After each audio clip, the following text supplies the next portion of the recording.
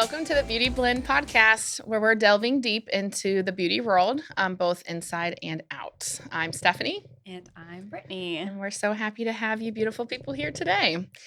So today we want to talk about body confidence again, but also like a little bit about perfectionism and how that comes into the beauty world. Yes, and how that affects us. Do you want to go ahead and start? I know this has been a big one for Brittany. I was going to say, I don't even know where to begin with mine. I actually was thinking about this before you came here. I'm like, where did this start? And it probably started from before when I was a baby, to be honest. Oh, yeah. Just with societal programming, nothing to blame like on the parents specifically. Yeah. Sorry, Dad. But my earliest conscious memory was probably, I want to say like the cheerleading days, maybe. For sure. Competitions, this need for perfectionism when you're competing out there, and how that not just like your routine, but also like your body and how that was presented. Like, I actually remember it's coming to me now. We talk about like, oh, if the team came out and they all had six packs, like it was embarrassing for everybody else. We were scared. We were scared of them. We were scared. Because it was embarrassing for ourselves because you're like, this team's coming out and rocking it. They're rocking it. And we're like looking down at my little pudge sitting down there. Yeah. And if you bring up cheerleading, I know we'll get into your perfectionism, but it's a world that is, you have the beautiful makeup on and this drastic makeup, you got your crop tops and the perfectionism and your routine. You literally want to make zero mistakes is the goal, and you would get punished later for making a mistake. So I do think that's where a lot of that programming can come from. And actually, as you're talking, what came to me outside of that, just like society and like, say like movies and stuff, how are cheerleaders always like portrayed? They're always, and kind of mean too. Mean, but, yeah. But mean. they're also, which they're not all. They're not all mean. But it is kind of like this perfect. She's kind of like the beauty girl. Queen, the home. What is it? The homecoming queen, yeah, the prom queen. Clearly, I was all the queens. And they're always the most beautiful one. They got their dating the hot guy in high school, the hot football player, right? So that's what. And you did. We both cheered our whole life. So that's. And then I went to rugby, but anyway. That was rebelling against the perfectionism. That was, oh my gosh. I actually have a tattoo. It was so crazy. I just thought about this. My very first tattoo I got, I was 21. Don't advise getting a tattoo at 21, just FYI. But it says beautiful imperfection. And that was part of me kind of rebelling against this idea of perfectionism that I felt like I always had to attain. Actually, even in school, like you have to get straight A's. You want to get accepted to certain things. It's like these aren't good enough. Yeah. And if, as I'm saying, not good enough, I want to say like the overarching kind of theme throughout my entire life, if I kind of boiled it down to one thing, it's like this theme of never being good enough. And I feel like a lot of times that manifests in the beauty industry because we're always thinking this isn't enough. And as we do more, eventually that's not enough. So we want to keep kind of doing more and more and more until we finally settle that score within ourselves. Totally. And I think something that just popped in my head, and I know this is probably true for all siblings, but we grew up, there's 3 girls. Oh, yeah. And we are not even just, I always say this, I feel like other people wanted to put us against each other. We never really wanted to compete, but we were always being compared to each other of who's the prettier one, who's the smarter one, who's more athletic. And it's like from a very young age, you're kind of put almost against each other. And now you're trying to be that perfect daughter, that perfect sister, but then you want to like one up the next person. And I think that creates a lot of other problems as well. There was kind of like this internalized competition between us. Every time someone hears like there's 3 sisters, I don't even feel like it was really us maybe I'm sure eventually became us putting it on there, but I feel like everybody put it on us for us. Like, I think it was just assumed because you're 3 sisters, like, and you hear all the time, like, oh, she's the tiny one. She's the pretty one. She's the one that did this. She's the one that has this degree. And it's like, I'm just happy my sister is doing well. And she is, like, I think they're both beautiful. Yeah. But everybody wants you kind of. As we've gotten older, we've kind of gotten to that point. But I don't know if when we were younger, we felt like that. No, I don't even think we felt connected. I think we always felt like we had to compete against each other. And who was like the smartest? It's totally the smartest. That was a big thing for me. It was not. I always felt like I was dumb. I didn't literally until I was about 30 realize I'm just a different type of smart. It's more like street smart versus not that I don't think I'm still to this day. I don't think I'm dumb book smart wise. But again, it's that not competition thing. If you put it on, like, I guess we won't say just me because I'm not just book smart. But if you compared us, I would probably be considered more the book smart only because I have a degree that's I have a higher. degree. No, a higher. I'm saying only because Oh, I have the higher. master's degree. See, here we go. See, no, this is what I'm trying to I say. know, I'm joking. Because then I'm opposite of her. I've never been the pretty sister. I'm the third. I'm the least I don't pretty. think I'm the pretty sister either. See, look, we could get into this the whole day because we have been told Seriously, all we this. still gotta work this out. Yeah, let's fight about it. Because seriously, you've always to me. No, honestly. Because you're the one. We talked about this. You're the one who does their makeup. But and it's the out of nails. insecurity though. And I'm just saying my perspective. I totally get that now. But from an growing outsider, up, you're thinking I'm like the done up she's one. the put together, done up.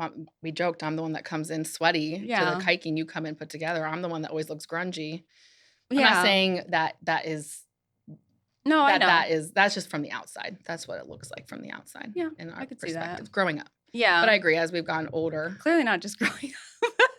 yeah, well, I'm still the grungy one. But No, I'm just talking about how we kind of still put ourselves in these little boxes a little bit. yes, definitely. Same. But I kind of want to go back to that perfectionism. Yeah. Like how did that for you? How did that manifest? Like what did that desire to stay perfect all the time? Let's talk about the negative things you did first. What negative thing? How did that negatively affect you? And what did you do? Well, I don't know if this was all perfectionism, but more like a control thing for me was the eating disorder because at the time, like high school is a very confusing time. Your hormones are raging. You're trying to figure yourself out. You're told at 16, 17, 18 that you have to figure out what you want to be for the rest of your life with really Right. not much guidance. So I think it's just a confusing time. And within all that chaos, especially if you have stuff going on at home, my way of controlling that was through eating and not eating really to be specific. And it kind of just took a mind of its own, but I was getting a ton of compliments on like my appearance because of how thin I was getting. So that kind of fed that perfectionism For sure. side it of would me. snowball it because It kind of snowballed it for yeah. me. But because it took a while because they always, I hate this saying. I actually don't believe it because I feel like I am healed, but they always say like once you have an eating disorder, like you're never not gonna have it. Like it's always there in some form. And that's when you're just addressing on the conscious level. Though. Yeah. But we thankfully have other tools that you use to hopefully address that for the long term. Right.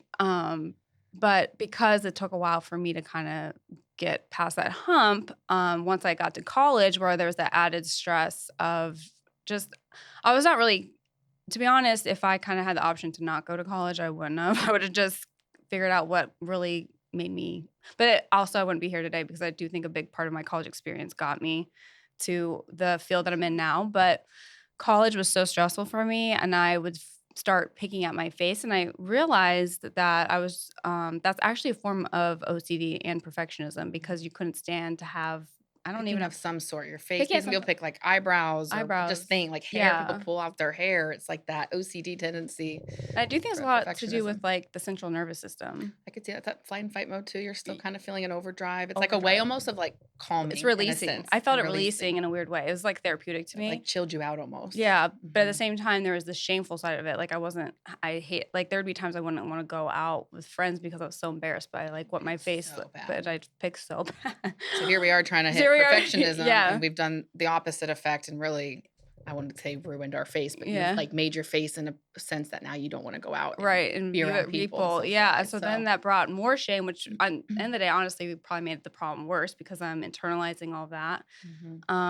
So it was a process to get to the point, and I talked about this in the last episode, but it was a lot of reprogramming my subconscious to kind of change the neural pathways. I did that a few ways. One was obviously with Dad's work, and then there's also something called EFT or tapping. Have you heard of Yes, that? I love tapping. I use it Tapping too. on different Mhm. acupressure points, and they say that helps rewire the brain. You could do something as simple as like subconscious meditations, though. I would take like whatever the story is that I'm telling myself and reframe it and go into like a meditation. And one of the best things I found was actually recording my own voice and playing it back to me. That's a I good feel like that technique. I worked have not better. tried that one. But Yeah. that makes sense because then you're kind of forcing yourself to hear it over and over again. Versus, when sometimes when you meditate, like at least myself, you just are thinking it, but you're not saying it necessarily always out loud. Yeah. So if you record it and now you're forcing yourself to hear it from your own Own voice, so voice. it just probably is programming better. in your I own think it was brain. more Yeah. more effective. Not that the other ones aren't, but I just felt like it just resonated much quicker. No, that's pretty cool. I like that. I'll have to try that. Yeah. I think that'll be good. But, like, it's kind of funny, like, how it's manifesting now. Like, I Mhm. will be, like, doing stuff, and I'll be like, "That's my perfectionism talking." And, like, Yeah. sometimes I love it because I love, like, a beautiful, like, aesthetic, but sometimes I realize, like, I'm being overly critical of Mhm. things, and I have to just kinda take a step back and be like, "That's just my That perfectionism awareness talking." now. Yeah. Yeah, so That's good though that you can at least take a step back and be like, "Okay, wait, does this matter? Does it does it matter? really matter at the At end the of end of the the day, can I day? sleep later Yeah. knowing that this was the thing was turned a little bit more than I Yeah. wanted?" Exactly. Or is this something that, really does need fixed? But most of the time in life, we're human. We aren't Yeah. perfect.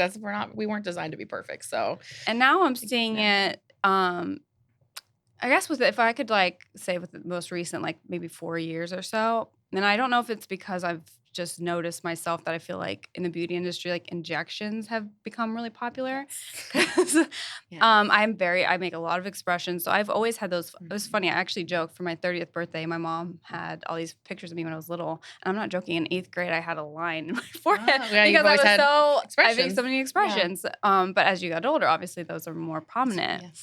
But I remember going to the doctor just for, like, a consult, and I was 29. I was like, "I know I'm too young for this, but, like Please help. but I think I need both." And she just kinda laughed. She's like, "You're not too young," 'cause little did I know, like, Oh, they're starting at at like that time 20 this was sometimes. 2017, so Yeah. this is a little bit before, I think, the big wave that we're seeing now. Mhm. Um, but then once you start that, and especially so that was 2017, and then, like, 2018, 2019, I started to see a lot more people getting, like, the lip filler and Oh, just more yes. prominent stuff, and I remember being like, "Okay, now that's not enough." Now I've had to talk myself off the ledge with that stuff. It can be hard because you see these things. You finally get to a point where you're like, okay, I'm I enough. feel I am better. I beautiful. feel I'm great. And then you see the next step up. and you're like, "Wait a You're minute." like, oh, now I got to do that. Yeah. And how do I keep up with this? How much is that going to cost me? Is it painful? Do Painful, I even yeah, want want to to look do like I that? I know. don't know. You just don't know. And I think that is where we struggle a lot. Not struggle, but we recognize how that can be hard to really, again, keep up with that beauty industry that is progressively just, it's getting harder and harder to keep up with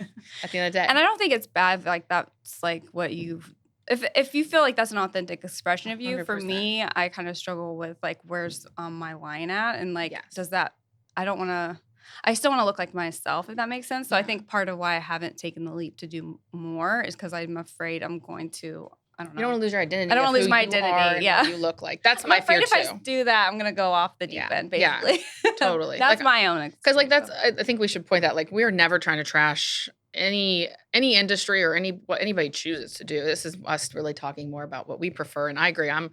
I am avoiding Botox, as I you was gonna say, know, I have Botox, so I have no like room the to talk, plague. Yeah, yeah. and I'm not against Botox. I probably one of these days you're gonna see me, I probably have gotten it done.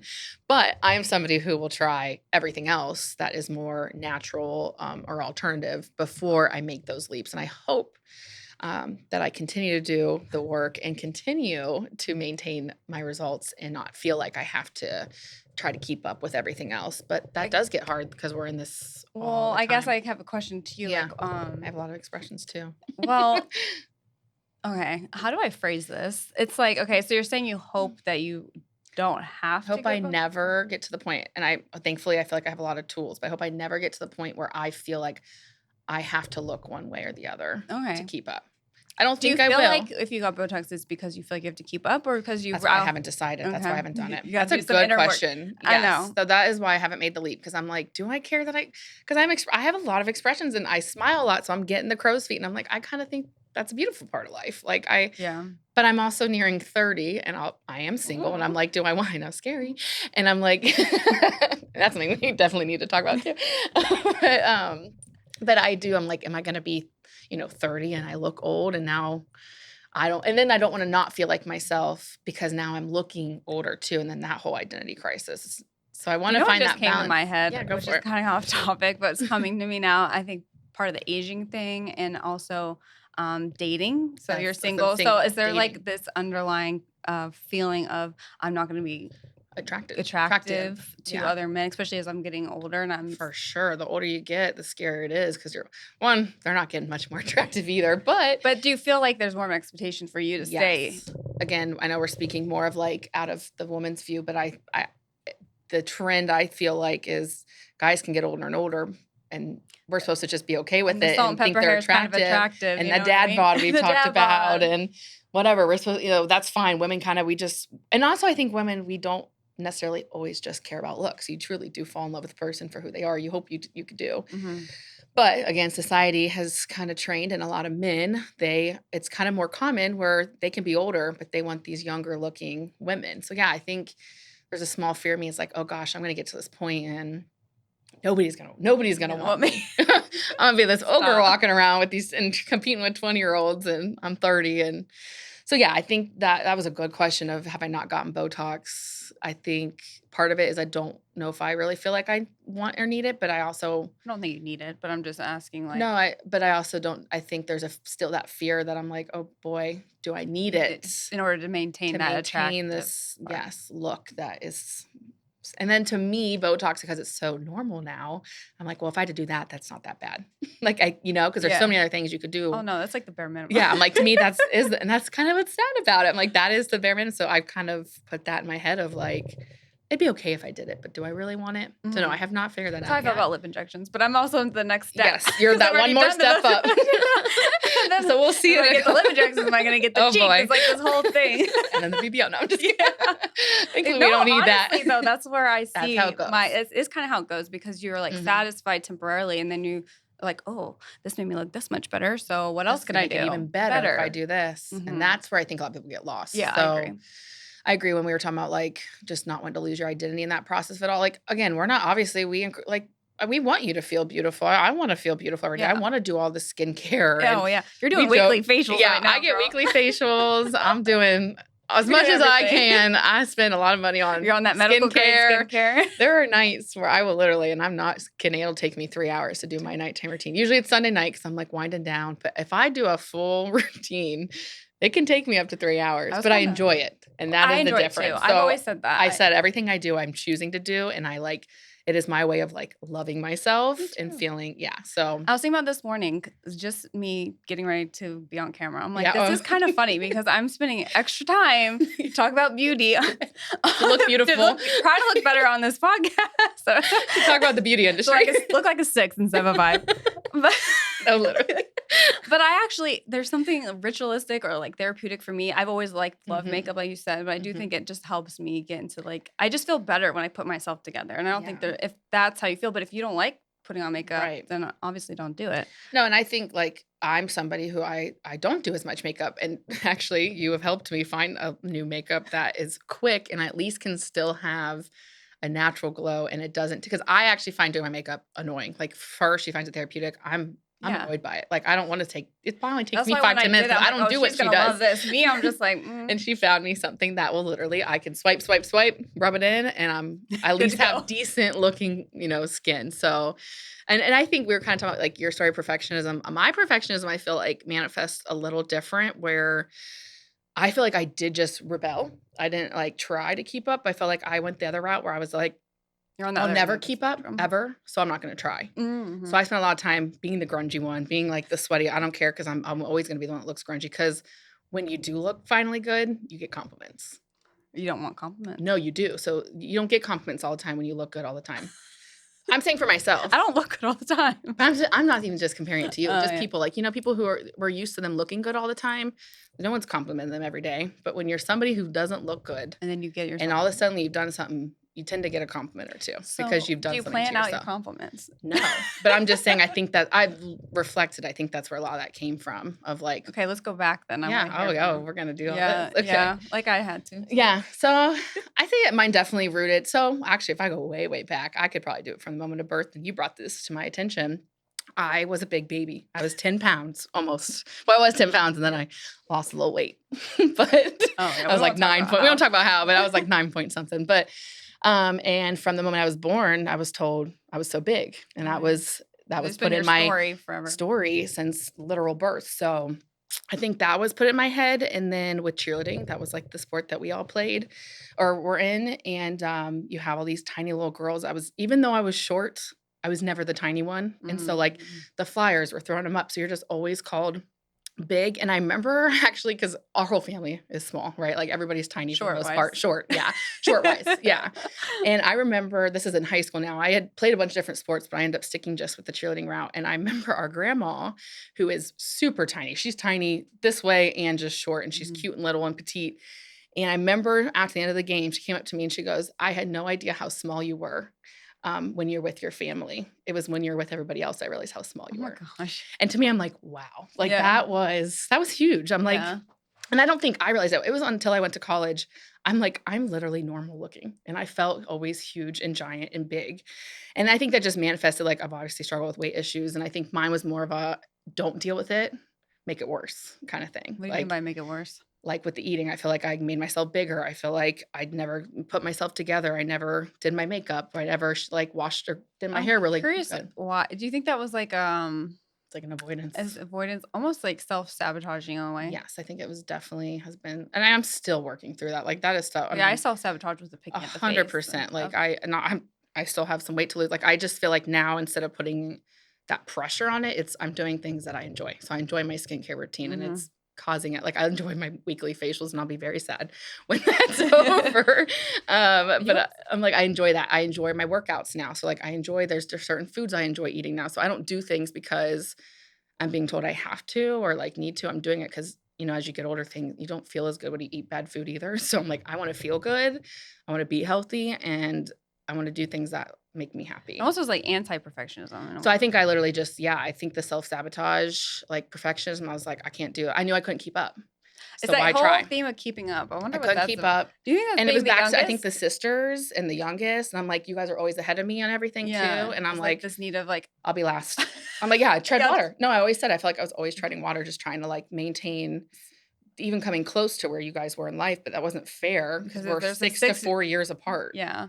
And I obviously as a Again. kid, you don't know that or Yeah, yeah. understand that. That's what's interesting about the Yeah. stories we tell ourselves as a Yeah. kid. Like our parents probably didn't think any of the things that we've told ourselves. It's our own I think Right. our perspective is like a big So is different. so I different. bet if you ask, well, I already know because we've talked about this with our other sister too. And I'm like, She'd if have a you ask each one of us about our perspective of growing up, we have completely different views of like What how our happened. parents were, what happened, and like why we are the way we are. And it's like, it's just, almost you feel bad for your parents because you're like, you couldn't have done anything right No. because none of us, it didn't, you had to parent us all different. And you did parent us all different. And it's almost like not that we're like who had it worse, but it's like you kind of have that story of like, well, this happened to me. You're like, okay, but this kind of happened to me. But we're Yeah. also look where we all are now. We're all doing well. Like we're all doing well in life. It's funny your perspective of the treading of the water Mhm. because I've always said that I felt like I've been on a hamster wheel that I can't get Okay. out. It's kind Yeah. of similar. Similar. Yeah, very similar. Yeah. Because you're keeping up. I'm treading like, Yeah, can I'm I trying get to be there? I'm trying to be enough and nothing's ever Yeah. enough and I'm just going. Yeah. And And I I'm just like, assume I will not be and I'm enough. like, when am I gonna make it to whatever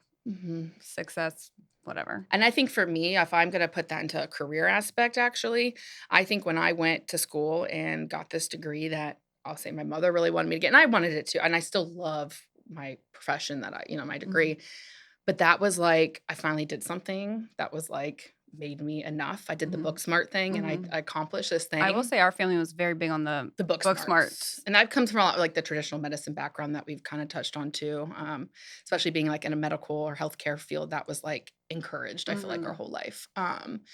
But I will say because I'm somebody who limits themselves so much or like I think that affected my career Mhm. and I think now I finally stepped out of that and I will actually attribute a lot of that to treatments as well, like those subconscious treatments. I'm now doing things that if you were asking me 4 or 5 years ago, I'm like, I would have never Yeah. owned a business. I would never have a podcast. I would never like be a spokesperson for like a company or a few companies or an expert panelist. Like I wouldn't do these things. I wouldn't do these training jobs because I'm somebody who would rather just kind of hide in the background versus putting myself out there. So Mm. that's like a big leap for me. And then just having to get through those hurdles of the perfectionist with the beauty industry and having to kind of overcome that is You know what's always a interesting? challenge. Yeah. I think mine kind of manifested the beauty thing is because I didn't ever feel like I could keep up with dad's smarts. And I know that's what Yeah. was always kind of like Mhm. deemed. Sorry, Dad. But I just like that was deemed that very was intelligent to us, and intelligent. there's no other form. There was no other form. Yeah. So I was like, I put And a lot not just by him, that's a society thing It is too, a I think. society. Yeah. And I feel like we're starting to get out of that a little bit more. Like I don't think as many people are. They're It's at least changed. thinking about whether they're taking more of and like, Mhm. do they really want to go to college or not? They're putting more thought into that versus just Yes. being shoved right There's into other it. options, But trades and skills and yeah. I think I put a lot of value on my looks because of that reason. Totally. because I was like, well, I don't know what else to do. Yeah. You're like, if I don't want And to I do know that. as women, we always like there's just a lot of things telling us that's where our value lies, Hmm. whether that's good or bad. Hmm. Um, And it wasn't even that you probably couldn't. Obviously, if you wanted to do a certain career, you could have done it, but you probably felt so pressured to go a certain route in school. But you're like, this isn't really what I want I to didn't want do. what I do. So I'm gonna Mm-mm. go pretty because No, but I didn't even go pretty. That's the thing. I yeah. didn't. I'm now finally going to You're like, esthetician school, you're like, I'm and just now I'm doing just it. now Yeah. doing it because Yeah. like I said, I never thought that was acceptable. So I was Right. kept trying to shove myself into that other That you were box. forced into. Hmm. Yeah. No, that makes a lot of sense. And I feel like we still, I mean, are not getting over it. Like we definitely have things and we've healed, but I do think we're something we still kind of battle with. And it's that societal. I do think what helped with a lot of that too, not just for yourself, but society. And I know obviously the healthcare world, it's needed. It takes a lot of intelligence to do it. But I know we talked about COVID previously, but I do think like situations in the world have kind of helped people open up to other methods of success. So we've talked recently about like doing online things have even become more common, or just Hmm. having a trade or a skill. Like other things are so important and needed, and they're valued more than they used to Trades be. are big right now. Huge. Hmm. I actually, this could be a little controversial. I joke if I ever have children, I don't know what I would tell them. Like I wouldn't tell them not to go to school, but I wouldn't push only college. I would make sure they had because there's careers like I didn't know what an esthetician was. Like you said, it wasn't even I was not. hairstylist, never, which I wouldn't have been good at anyway. Yeah, Nail, no, I would have never even. That wasn't even on the that table. was on the table. That's But what I my, mean. like, future kids, because now those things are more known and talked about and accepted, Hmm. I would make sure that they had every option on the table before they just went the school route, Yeah. just so they could explore it. But I feel like when I was looking, and I only looked for those typical careers. It was like psychologist,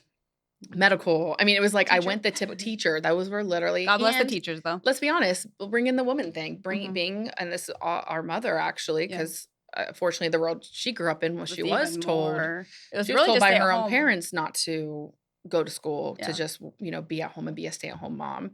So she was proud to get us into college, yeah. and understandably why, because for her That that wasn't wasn't how. encouraged. So I Mm-mm. get why she wanted us to Mhm, graduate, but mhm. we were kind of encouraged from her to go careers that were good for moms. Yeah, So teacher the was. teacher, Mhm. the reason I'm an OT is because I was supposed to have normal hours. I mean, all of Was those. it? Well, at the time, that's what you think, but no, I it's was not. gonna say, was It's it? not. But Yeah. that's what it's kind of. But all those careers that you see women in, that was what I feel like we were pushed for doing. But I don't know. What would you say, like, societal wise? Let's go to, like, TV shows and Mm. stuff. What kinda have you noticed, like, when you're watching what kind of genre do you like to watch? Ugh, it's all over the place. Honestly, I'm more of like a crime, but I Uh, love if we're talking about reality I'm a shows, because reality she's a TV reality show girly. girl.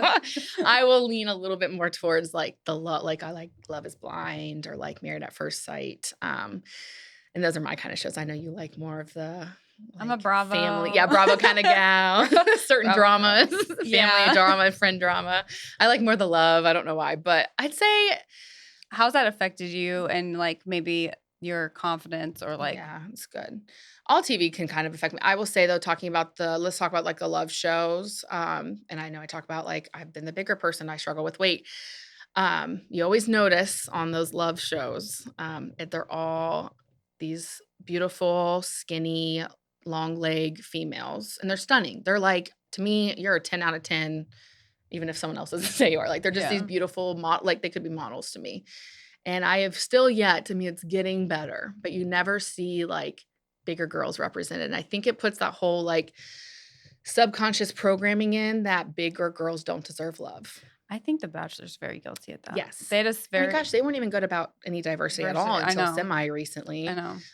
But body types, even like, let's be honest, I'll bring up like a Love Is Blind. There was a recent season where there was a girl who she had more of a Kardashian body, and it was praised that she was finally a curvy girl on the show. And in reality, she wasn't even that like big or curvy. Like they were so proud that they had this like bigger girl. And honestly, if you look at her, she's beautiful and tall and like has this beautiful build herself. And I'm like, that's still not really representing the full scope. Granted, it's getting better. So I'm not gonna, Yeah. there's only so much I can do. But I would say for me, that hardest part is like, even if you're not this teeny tiny little thing or like a 10 out of 10, like you still deserve love and you can be loved and you can love yourself It's that feeling regardless. unlovable. Yes, and you talk about kind of ties in that whole Botox you or like aging. Are you worried that you won't be attractive? It's like, oh yeah, now I'm going to be getting older and I'm getting fatter. It's like you get My bigger. metabolism slowing Yeah, down. my metabolism slows, my skin's My sagging. collagen is And I'm not like, I'm producing. really screwed, you know? So now I'm not only do I have tight skin, but now I'm like also the bigger girl. So I'm losing, I feel like you start losing some of that and Yeah. it can be a little scary. But what about you? What do you feel like with your shows that you It love? kind of goes back to the whole injection thing again. Yeah. Because it's that perfectionist eye. Mhm. It's a blessing and a curse, but like I see like what someone looked like on their first season and I think they're beautiful, but then they go after their first season, they see themselves on TV. Mhm. I'll see myself on this podcast and what I know. Yeah. But they come back and they get little tweaks, but it's usually nothing like drastic. But I'm like, oh my gosh, that looks so good. Mhm. So it's kind of again, it's me trying to figure out, do I want that or not want Right. that? But I see how much just a little bit can kind of go Yeah. a long way. But sometimes it's probably not, not everybody's so honest really about No, all they're the work not. they get done either. I think It's that's a my big part of it. perfectionist eye that I'm For seeing sure. it. So I'm comparing. It's like that Oh comparing yeah. myself, and then just being on like social media and all the Facetune and stuff. Like you don't realize how many people actually don't look Mm. like that in real life. Yes. I think that's what people actually look I'm glad like. you brought that up actually. And I'm All the like, filters. And I look like a troll. I use them too. Like trust me, I use the filters too, but some of them are So- crazy how different it can make you look. And if you use that every time you post, you literally will look like a total different person than you look in real life. Yeah. And But as from an outsider, especially if you don't know have no them, idea. you don't know that. You think they and just then they look get like popular and you see all their stuff all the time and then that that is what's an interesting part about social media. I think that's a good point that you bring about them Yeah. getting popular. Is I feel like if the prettier you are, the more followers you're gonna get. 100%. And that could just be a story I'm telling myself. I Well- do think TikTok's kind of changed that. Don't you I think? do feel like TikTok has helped change that a little bit. I mean, there's still it's just not as bad. Isn't- I would say there's yeah. definitely more I wouldn't call them they're still beautiful people, but like Yeah. average families, average couples, Mhm. average people who are just talking about themselves. But I think Instagram's still bad with that. Bad. Yeah. It's really bad. And I agree. It's like honestly, sometimes even again, my own doubt comes in and I have to work like I do work on that and I have worked on that. But even with owning a business, you're like, gosh, no one's gonna or this podcast, like no one's gonna listen to what I have to say because I'm not this beautiful person to saying all these things. Sometimes people like the look really does bring them in, but knowing that that really at the end of the day is not what matters. It's who you truly are and what you're saying is Right. what matters. And the right people, there's plenty of people out there who are not 10 out of 10s and it's going to align with the right amount of people and the right Right. people who there's plenty of us normal and average pretty people out there that, still want to enhance the beauty that they do have Mhm. just in less invasive ways. But Mhm. And I was also thinking about just like I was talking about the Bravo shows and Mhm. stuff. A lot of the times, like the housewives, they're older, so they're like in their 50s, 60s, and it's an interesting perspective. I don't know. I feel like it reminds me of why like we fight so hard to age, but at the same time, like they're on TV, so I get it. Mhm. And I don't think a ton of them do too much. Maybe I'm lying. I don't know. Well, yeah, we don't really know what they I don't do, know, right? but it's like one of those things where I'm like looking at it from like a younger person, and I'm like seeing Mhm. them kind of like do all this stuff to kind of maintain what they look like. Yes. And you're like, do I need to do it now? Do I- So later it's Some people are doing facelifts Now. now, and at my age, at 35, Yeah, because you're like 37. at least want to age. We always say Not age drastic gracefully. ones. Yeah, age gracefully. So you're like, is this what I need to do to age more gracefully, or is this still a little drastic? It's hard to decipher. What would you say like the pros are though of like social media? I think stuff like this, it gets other people a platform to speak and be heard about things that are more typical and more normal. I think it just helps spread more of that information. And sometimes, like, of course, everything coming at us fast is not always good, but I think there can be a good benefit of like being able to get information as long as it's accurate. I think that could be the hard part. Some people put inaccurate information out there, but I think it is a good way. Like I've learned so much from other, like even other estheticians or something like I've just learned a lot from other people. And I like that I have, as long as you follow the right people and you kind of do your research. And I like to personally fill like I'm on Instagram a lot. I like to fill that feed with, I always say more positive accounts. And I think there's like like a lot of positive phrases and stuff. And I think that can actually sometimes turn my day around when I'm like, oh, this positive quote just completely is what I needed to hear today. So I Right. think there can be some really good positives if you allow that into your You feed. have to like curate it and You make do. sure that you unfollow the Like things there's that been are. times I've had to unfollow just to curate that. What about Speaking you of though? which, yeah, like I just reactivated my personal account and I was Oh like, oh yeah. wow, this is You're like, who did I used to follow? yeah. And I Yeah. went through Instagram actually stopped me because I started apparently there's a threshold of how many people you can unfollow At a time. at a time There you without go. being spammy or whatever. But I wanted to make sure I wasn't like bombarding my brain with a bunch of Negative stuff. Yeah. yeah, or just stuff that I didn't think was authentic or would Yeah.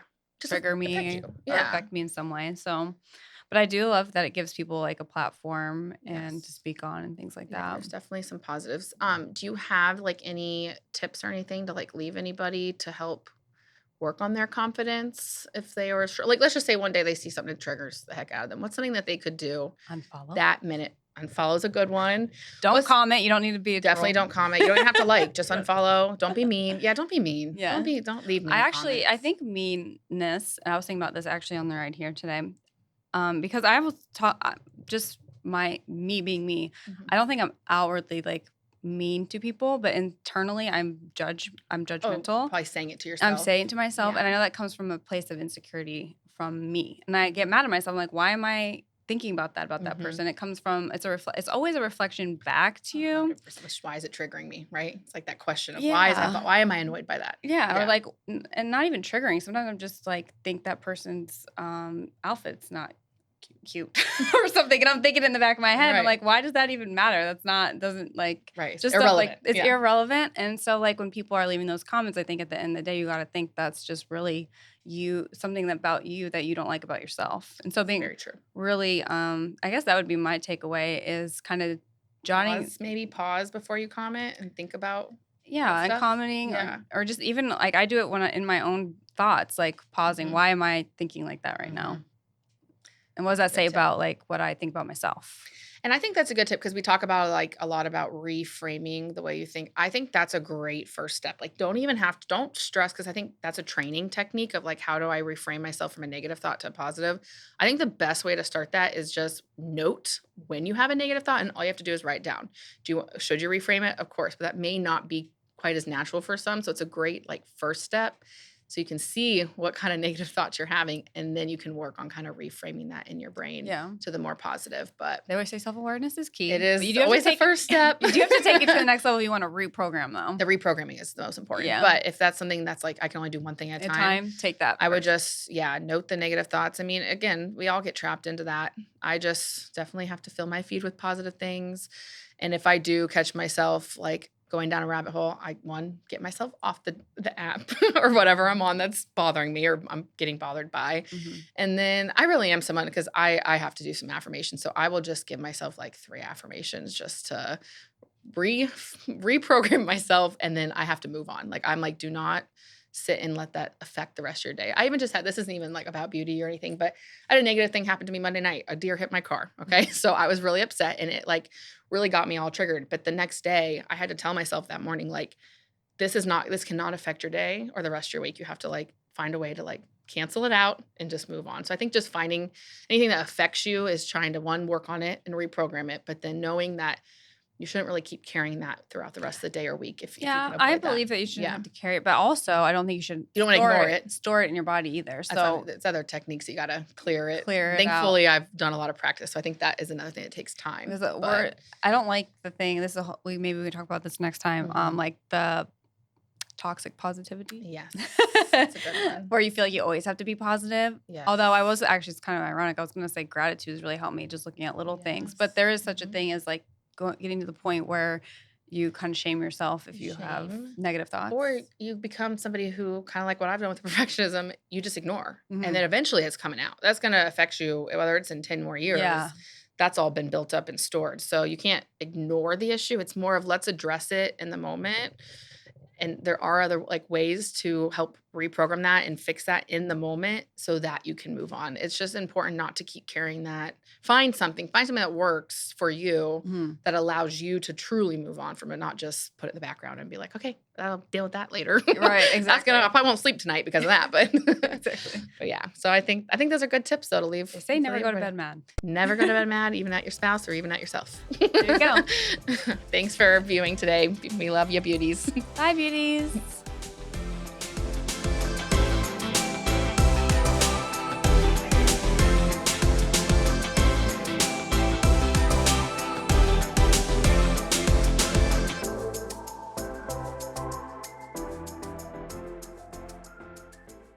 Boxland Media. Think big.